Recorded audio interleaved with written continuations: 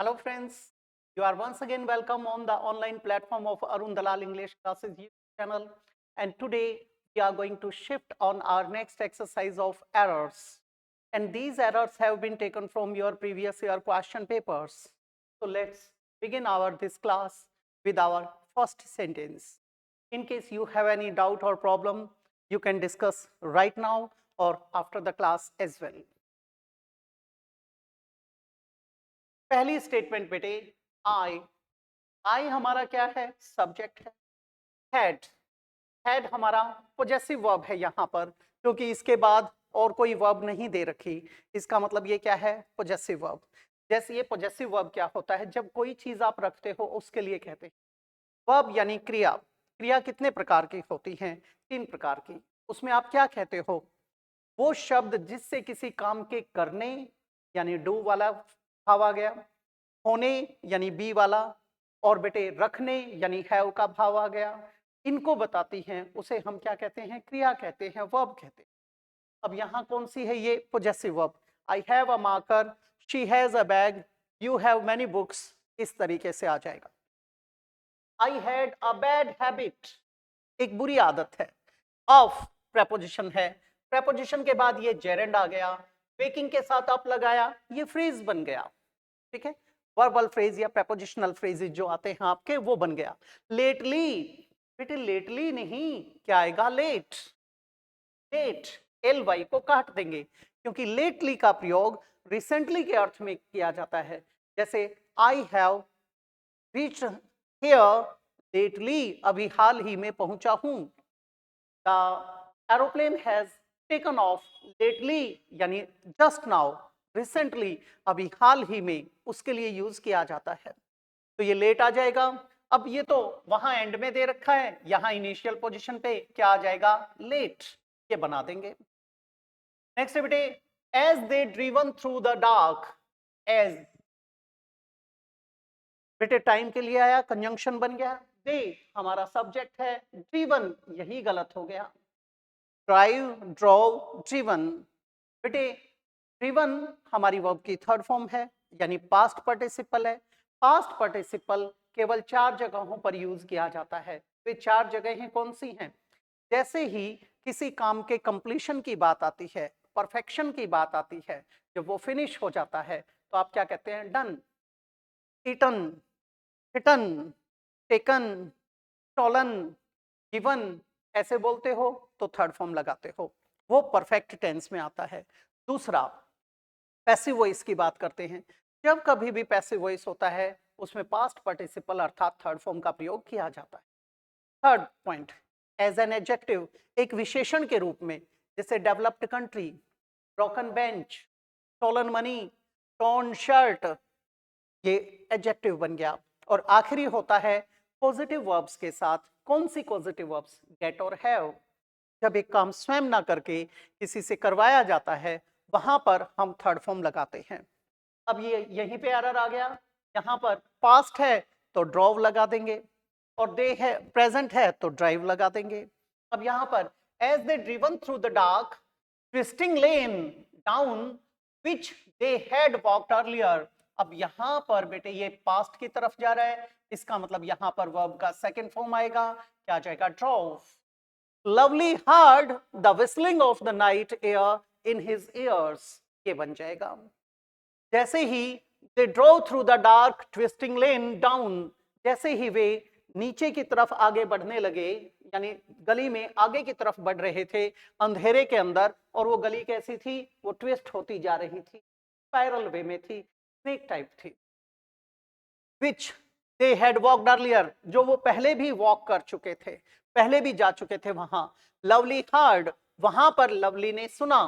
The whistling of the night air, उसने night air की whistling sound को सुना।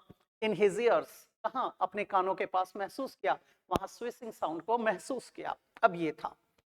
दूसरी बात बेटे, जब किसी चीज की आवाज से हमें पता चल जाता है कि फला चीज है, ठीक है, तो यहां पर उस जो अलंकार बनता है उसे क्या कहते हैं? ओनोमेटोपिया, ध्वनि अनुकरण। जैसे बाहर भौंकने की आवाज आई, हमें पता चल गया कुत्ता है। जंगल में दहाड़ने की आवाज आई, हमें बोध हो गया शेर है। तो वो क्या बोला जाता है? ओनोमेटोपोइया, यानी ध्वनि अनुकरण। हमारा एरर था यहां पर, इसको ले लेते हैं। Down which they had walked earlier lovely heard, ये सही है, तो ये हमारा पूरा एलिमिनेट हो गया, क्योंकि सही वाला तो पकड़ना नहीं। नो एरर हो नहीं सकता, क्योंकि एरर तो हमारा जनरेट हो चुका। The whistling of the night air in his ears, ये भी एलिमिनेट हो जाएगा, क्योंकि ये भी सही था, ये भी सही था। एरर कहां बना? डी में। एज दे ड्रीवन नहीं, क्या आ जाएगा? ड्रॉ। तो हम किसका चुनाव करेंगे? डी ऑप्शन का। नेक्स्ट बेटे, the platinum is a precious metal. अब यहां पर देखेंगे द प्लेटिनम। अब बेटे जब कभी भी आप किसी भी मटेरियल नाउन की बात करते हैं या किसी भी मेटल की बात करते हैं, तो जब कभी भी वो जनरल सेंस में आता है तो उसके साथ आर्टिकल नहीं लगाते, द का प्रयोग नहीं करेंगे। जब उसे स्पेसिफिक यूज में लेकर आएंगे, पर्टिकुलराइज कर देंगे, तो वहां पर उसके साथ क्या लगाएंगे? द। जैसे आप क्या कहते हो? Water is life, water is indispensable, जल ही जीवन है, जल अपरिहार्य है, नेसेसरी है, तो वाटर से पहले नहीं लगाया। The water of the Ganga is considered Holi, particularly किसकी बात की? गंगा नदी के पानी की। आप क्या कहते हैं? Would is used from birth till death, लकड़ी का प्रयोग जन्म से मृत्यु पर्यंत किया जाता है, वुड के साथ दा नहीं लगाया। The wood of this desk is of export quality, particular बना दिया, स्पेसिफिक यूज है। तो प्लेटिनम आया बेटा, प्लेटिनम के साथ द का प्रयोग नहीं होगा, प्लेटिनम एक वचन है, इज आ गया, ये इसका कॉम्प्लीमेंट है। अ प्रीशियस मेटल, एक किसके लिए आया? मेटल के लिए, और प्रीशियस किसके लिए आया? मेटल के लिए, एडजेक्टिव बन गया। और ये पूरा का पूरा क्या है? हमारा कॉम्प्लीमेंट है, किसका? इज का, बी वर्ब का। दूसरी बात, प्रीशियस एडजेक्टिव है, किसको क्वालिफाई कर रहा है? नाउन को, और ये बाद में दिया गया है, ये बन गया एट्रीब्यूटिव एडजेक्टिव। अगर ये हम लिखते, यहां छोड़ देते, मेटल और ए को काट देते, प्लेटिनम इज प्रीशियस, तो ये क्या बन जाता बेटे? ये हमारा प्रेडिकेटिव एडजेक्टिव बन जाता। अब ये क्या है? एट्रीब्यूटिव एडजेक्टिव है। इस प्रकार के भी क्वेश्चंस कई बार सीनियर लेवल पे पूछ लिए जाते हैं, या ज्यादातर टीचिंग प्रोफेशन में पूछे जाते हैं। तो अब एरर देखना है, हमारा बी में आ जाएगा, द को ड्रॉप करना है हमें। नेक्स्ट बेटे, but most of us want most is to move forward. अब यहां देखेंगे, बट मोस्ट ऑफ अस, अब ये ओ एफ एफ जो होता है, इसका प्रयोग मुख्य रूप से कहां पर किया जाता है? जब दो चीजों के बीच में डिस्कनेक्शन वाली बात आती है, जैसे टेक ऑफ, या तो उड़ान भरना, या फिर take off the dirty clothes, remove करने वाली सेंस में। कॉल ऑफ, जैसे किसी चीज को खत्म करना, the labourers have called of their strike, उन्होंने हड़ताल खत्म कर दी है। Put off, do not put off till tomorrow what you can do today, आज का काम कल पर मत छोड़ो, यानी पोस्टपोन करने के लिए आया। तो बेटे अच्छा, एक होता है ब्रेक ऑफ, जब आप रुक रुक कर बोलते हो, इंटरप्शंस के साथ बोलते हो, वहां पर आ जाएगा। तो ओ एफ एफ मुख्य रूप से कहां होता है? डिस्कनेक्शन। जैसे आप कहते हो turn off the light, turn on the light, switch on the TV, switch off the TV, ऐसे बोलते हो, वो ऑफ आ जाएगा आपका। यहां पर हमें क्या चाहिए? ओ एफ, यहां एक एफ को काटना पड़ेगा, ये गलत हो गया, इसे ड्रॉप कर देंगे। दूसरी बात, आप में कुछ बच्चे ऐसे हैं जो डिग्री क्लासेस में हैं, उनका ट्रांसक्रिप्शन का टॉपिक आएगा। अगर आपको ये लिख कर दिया गया है ओ एफ, इसकी आवाज लिखिए, तो आप लिख कर आएंगे ऐसे, ये बनाएंगे। अगर आपको दिया गया है ओ एफ एफ, तो इसके लिए क्या लिखेंगे? ये, और ये एफ का सिंबल बना देंगे, ऑफ, ये बन जाएगा। तो हमारा इसके लिए क्या आता है? आओ। तो यहां एरर आ गया, एरर हमारा ए में आया, ओ एफ, एफ में से किसको काट देंगे? एक एफ को रिमूव कर देंगे, ऑफ आ जाएगा। नेक्स्ट बेटे, this is the eldest standing structure of the ancient architecture in India. इसके साथ इज आया, बिल्कुल ठीक है। द आर्टिकल आ गया, क्योंकि आगे सुपरलेटिव डिग्री है। स्टैंडिंग स्ट्रक्चर, स्टैंडिंग किसके लिए? स्ट्रक्चर के लिए, ये इसका क्वालिफायर बन गया, एडजेक्टिव बन गया। वैसे क्या है? ये पार्टिसिपल है, लेकिन एडजेक्टिव का काम कर रहा है। ऑफ प्रेपोजिशन है, ancient architecture in India. Of किसका ऑब्जेक्ट क्या है? एंशिएंट आर्किटेक्चर, आर्किटेक्चर नाउन है, एंशिएंट उसको क्वालिफाई कर रहा है, ये भी मॉडिफायर बन गया। इन प्रेपोजिशन इंडिया उसका ऑब्जेक्ट। अब हमें यहां पर एरर दिखाना है कि ये सही है या गलत है।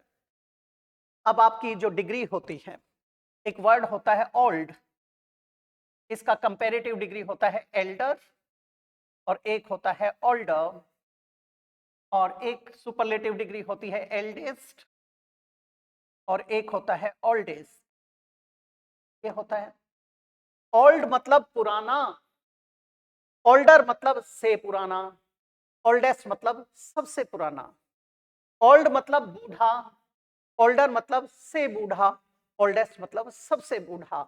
और अब जो तीसरा यूज है, ओल्ड मतलब बड़ा, एल्डर ओल्डर से बड़ा, एल्डेस्ट ओल्डेस्ट सबसे बड़ा।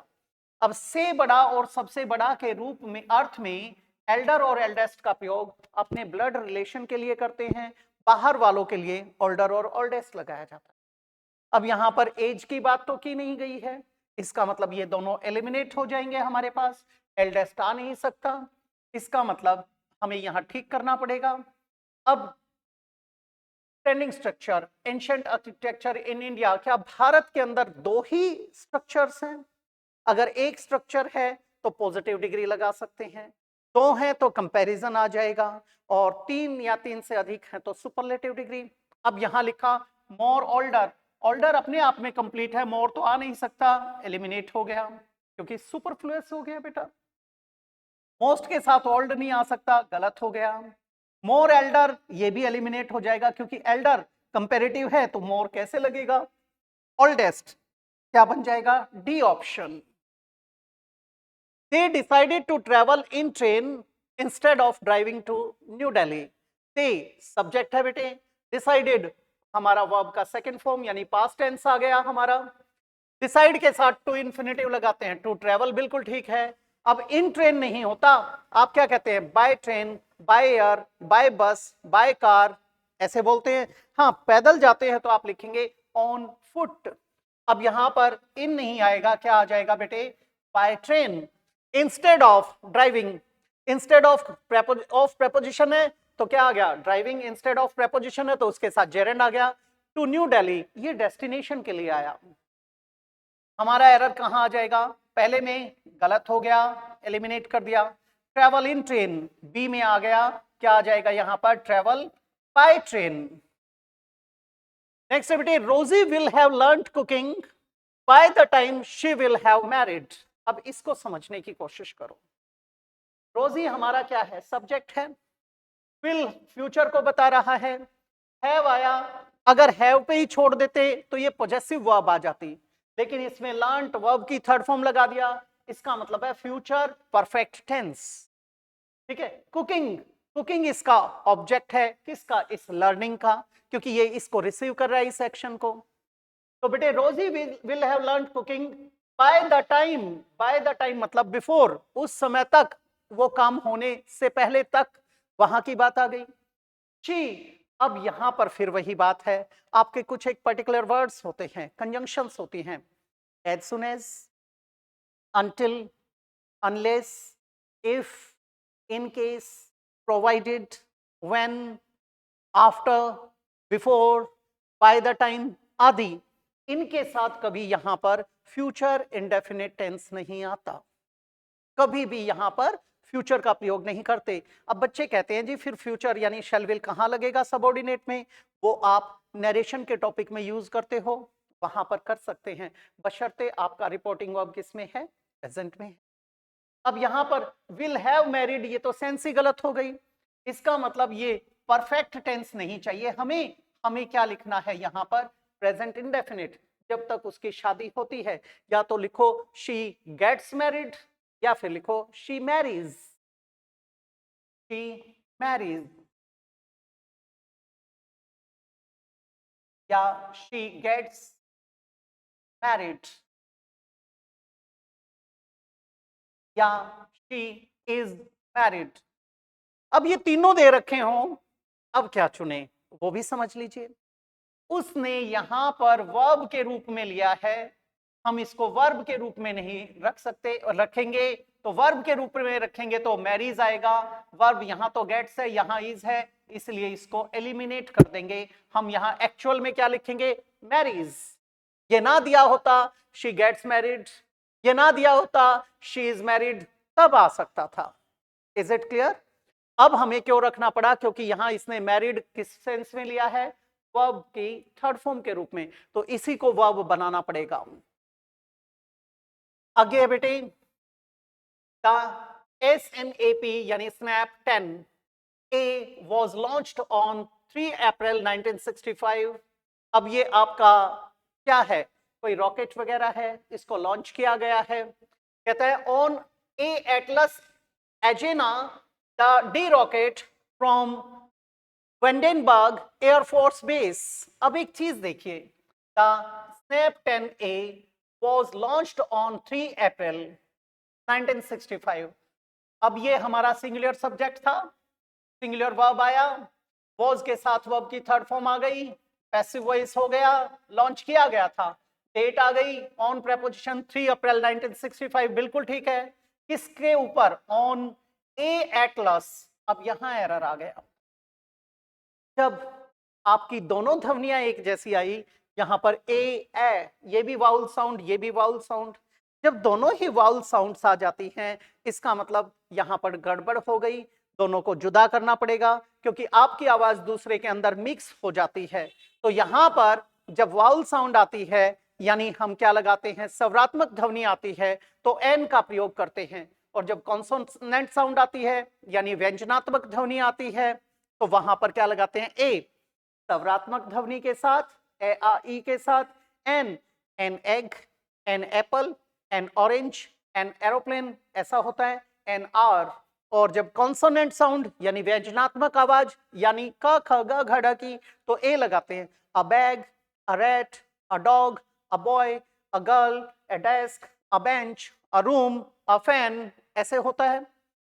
अब यहां पर ये भी ए है, ये भी एटलस आया, यहीं पे बात बिगड़ गई। इसका मतलब यहां आएगा an Atlas Agena D rocket from Vandenberg air force base, तो एरर यहां आ गया। अब ये एट वंडेनबर्ग एयरफोर्स बेस, ये तो गलत हो जाएगा हमारा, ठीक है। फिर कहता है ए स्नैप 10A, ये भी गलत हो गया। वॉज लॉन्च ऑन अप्रैल, ये भी गलत हो गया। ऑन एन एटलस क्या आ जाएगा? डी ऑप्शन, इसको चुन लेंगे।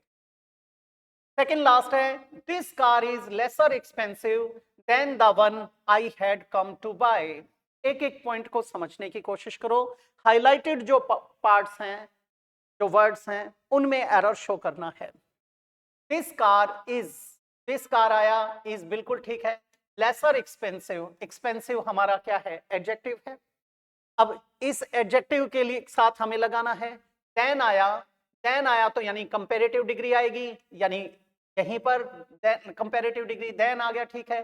द वन, वन क्यों आया? दिस कार के लिए आगे द वन पर्टिकुलर एक किसी और की बात की गई है। आई के साथ हेड है, हेड के साथ ये वर्ब की थर्ड फॉर्म आ गई, I had come to buy, सही है। अब ये भी सही है, ये भी सही है, ये भी सही है, तो मुद्दा कहां बना? इसका।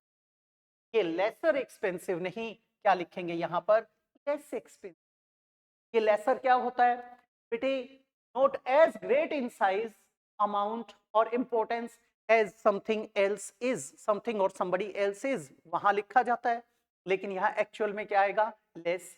वहां लेसर होता है, जैसे लेसर इंपॉर्टेंट पीपल, वो वाली सेंस आ जाएगी, जिनकी कोई वैल्यू नहीं थी, जिनकी कोई सिग्निफिकेंस नहीं थी, ऐसे ऐसे लोग।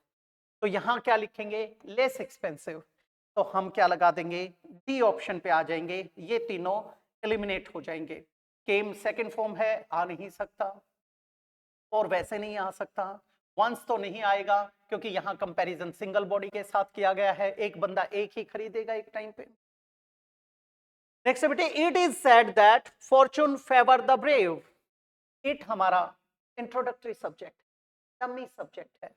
इज आया, बी का रूप है। सेड आया, पास्ट पार्टिसिपल है, थर्ड फॉर्म है, क्या बन गया? Passive voice. It is said, इसका मतलब है पीपल से, दे से, ठीक है। दैट एक कंजंक्शन है। इस कंजंक्शन के बाद आया फॉर्चून, फॉर्चून हमारा सिंगुलर सब्जेक्ट है, सिंगुलर सब्जेक्ट है। फेवर लिखा हुआ है, फेवर तो हमारा प्लूरल वर्ब लिख रखा है, इसका मतलब एरर यहां बन गया। उसके बाद कहता है द ब्रेव। अब यहां पर जो बात आई है, इसको समझो। द किसके साथ है? ब्रेव। ब्रेव हमारा एडजेक्टिव है। जब किसी एडजेक्टिव के साथ द लग जाता है तो इसका मतलब वो प्लूरल हो जाता है। द ब्रेव बहादुर लोग, द रिच अमीर लोग, द पुअर सारे गरीब, द ब्लाइंड सारे अंधे, द वाइज सारे बुद्धिमान। अब इस फेवर का क्या बन गया? ये ऑब्जेक्ट बन गया। अब एरर अल्टीमेटली कहां पर बना? यहां पर। और दूसरी बात, अब यहां पर फेवर को फेवर्स करें या फेवर्ड करें, मुद्दा ये उठ गया।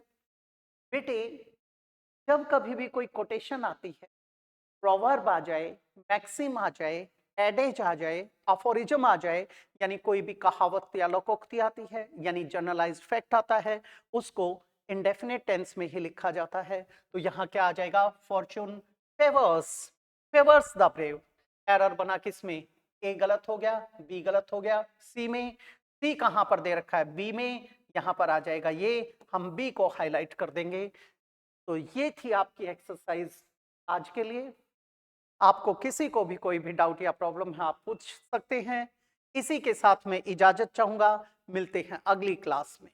ठीक है, नमस्कार दोस्तों।